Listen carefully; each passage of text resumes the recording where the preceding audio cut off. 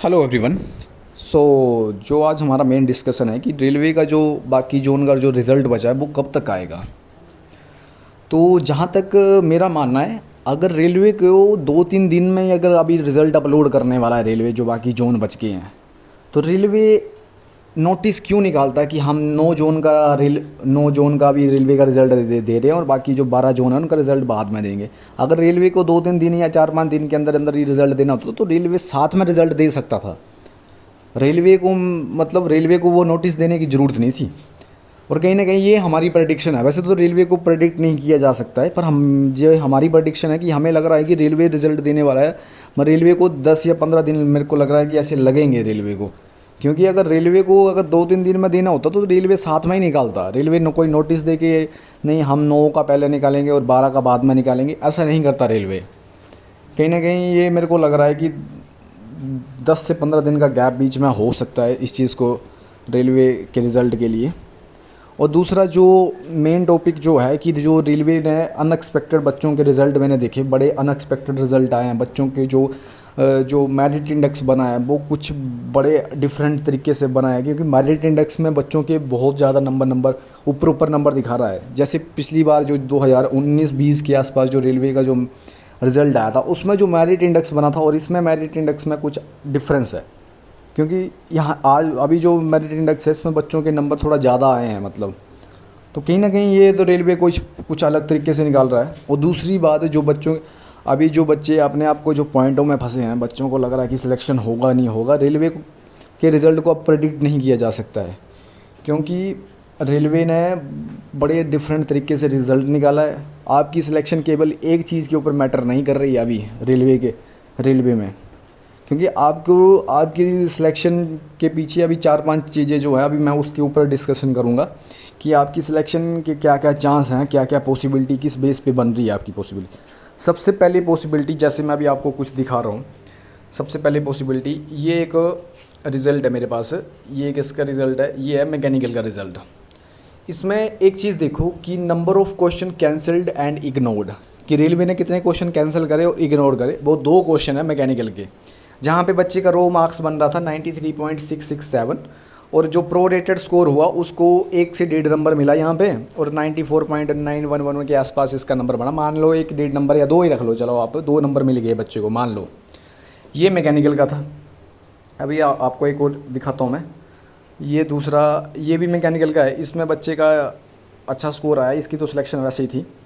इस बच्चे को भी प्रो रेटेड 1 या 1.5 नंबर मिला इसका। ये देखो, अब रो मार्क्स इसके 110.667 बन रहे थे, प्रो रेटेड हो गया 112.166। ये भी मैकेनिकल का था।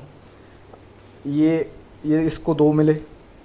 अब यहाँ देखो, ये है सिविल का देखो, मतलब रेलवे ने क्या करा है। सिविल में 15 क्वेश्चन को रेलवे ने कैंसिल कर दिया है। सबसे पहला क्वेश्चन तो रेलवे के ऊपर आना चाहिए कि आप 150 क्वेश्चन नहीं बना पा रहे हैं, कि 15 क्वेश्चन बहुत ज़्यादा होते हैं। 15 क्वेश्चन, इसमें पता नहीं कितने बच्चों की सिलेक्शन ऊपर नीचे हो गई है इन 15 क्वेश्चन की वजह से। अभी देखो बच्चे का रो मार्क्स कितना बन रहा था यहाँ पे बच्चे का रो मार्क्स बन रहा है 95, और बच्चे का प्रो रेटेड स्कोर कितना हो गया 105.55, मतलब 10 नंबर ही बढ़ गए। 10 नंबर रख लो आप, 10 नंबर बढ़ गए। वैसे ही इलेक्ट्रिकल में किया है, इलेक्ट्रिकल में भी ऐसे ही हुआ। इलेक्ट्रिकल में बच्चों के 10-10 नंबर बढ़े हैं, इलेक्ट्रॉनिक में बच्चों के 7-7 नंबर बढ़े हैं, और मैकेनिकल में बच्चों को 2 या 1.5 नंबर बढ़ा है, इससे ज़्यादा नंबर बढ़े नहीं है। अभी देखो इसमें आपकी सिलेक्शन के ऊपर क्या क्या कंडीशन अप्लाई हो रही है। सिविल मैं चलो मानता हूँ, सिविल की अपने आप में एक अलग ही है, उनकी अलग वैकेंसी आई है, उनकी कंबाइंड वैकेंसी बड़ी कम है। पर जहाँ पे मैकेनिकल, इलेक्ट्रिकल और इलेक्ट्रॉनिक की कुछ वैकेंसी कंबाइंड है, वहाँ पे कहीं ना कहीं मैकेनिकल के 2 नंबर बढ़ रहे हैं, इलेक्ट्रिकल के 10 बढ़ रहे हैं, इलेक्ट्रॉनिक के 7 बढ़ रहे हैं। इसमें बच्चों को, मतलब बच्चों के अलग अलग ब्रांच होने पर, जैसे अभी मैं देख रहा था मुंबई और कोलकाता में कुछ बच्चों की सिलेक्शन 103-104 पे नहीं हुई है, और कुछ बच्चों की सिलेक्शन 98 पे हो गई है, 99 पे हो गई है। ये चीज़, दूसरी जो चीज़ कंडीशन अप्लाई हो रही है, दूसरी चीज़ जो अप्लाई हो रही है वो ये है कि आपने जो प्रीलिम एग्ज़ाम दिया था CBT 1 में, उसमें कौन कौन सी आप कैटेगरी में एलिजिबल हुए हैं, ये चीज़ मेन अप्लाई हो रही है अभी। मतलब प्रीलिम एग्ज़ाम का भी मेन रोल अभी यहाँ पे आ गया है। मतलब कहीं ना कहीं सिलेक्शन को, एक तो आप ये समझ लो कि आपकी सिलेक्शन जो रेलवे कितने क्वेश्चन कैंसिल करने वाला है, फिर उससे आपको कितने प्रोरेटेड मार्क्स मिलेंगे, तो 2 या 3 या 4, उसमें आप बाकी ब्रांच से कितने आगे निकलते हैं, और दूसरा आप कितनी कैटेगरी में एलिजिबल हैं। ये बहुत सारी कंडीशनें अप्लाई हो रही हैं रेलवे के इस रिज़ल्ट में। फिर फाइनल जाके आपकी सिलेक्शन के ऊपर ये सब चीज़ें अप्लाई होने के बाद आपका रिज़ल्ट बनेगा। तो मेरा मानना है कि जो भी बच्चों को लग रहा है कि यार मेरा नहीं होगा, तो आप मतलब रेलवे को प्रेडिक्ट नहीं कर सकते, रेलवे में कुछ भी हो सकता है। रेलवे, जहाँ तक मेरा ये मानना है, रेलवे कुछ भी कभी भी कोई भी डिसीज़न रेलवे का आ सकता है, और रिज़ल्ट का भी रेलवे का कोई पैसे पक्का नहीं पता है कि रेलवे 2 दिन में देगा या 10 दिन बाद देगा या महीने बाद देगा। रेलवे को प्रेडिक्ट नहीं कर सकते, पर जहाँ तक मेरा मानना है रेलवे अभी शायद रिज़ल्ट थोड़ा टाइम लगेगा रेलवे के, क्योंकि अगर रेलवे को रिज़ल्ट देना होता तो अभी दे देता ये साथ साथ ही।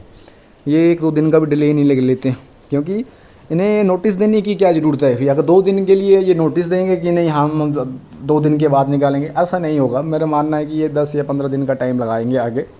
बाकी देखते हैं कब तक रिज़ल्ट आता है और कैसा रिज़ल्ट रहता है। होप बना के रखें। Thank you.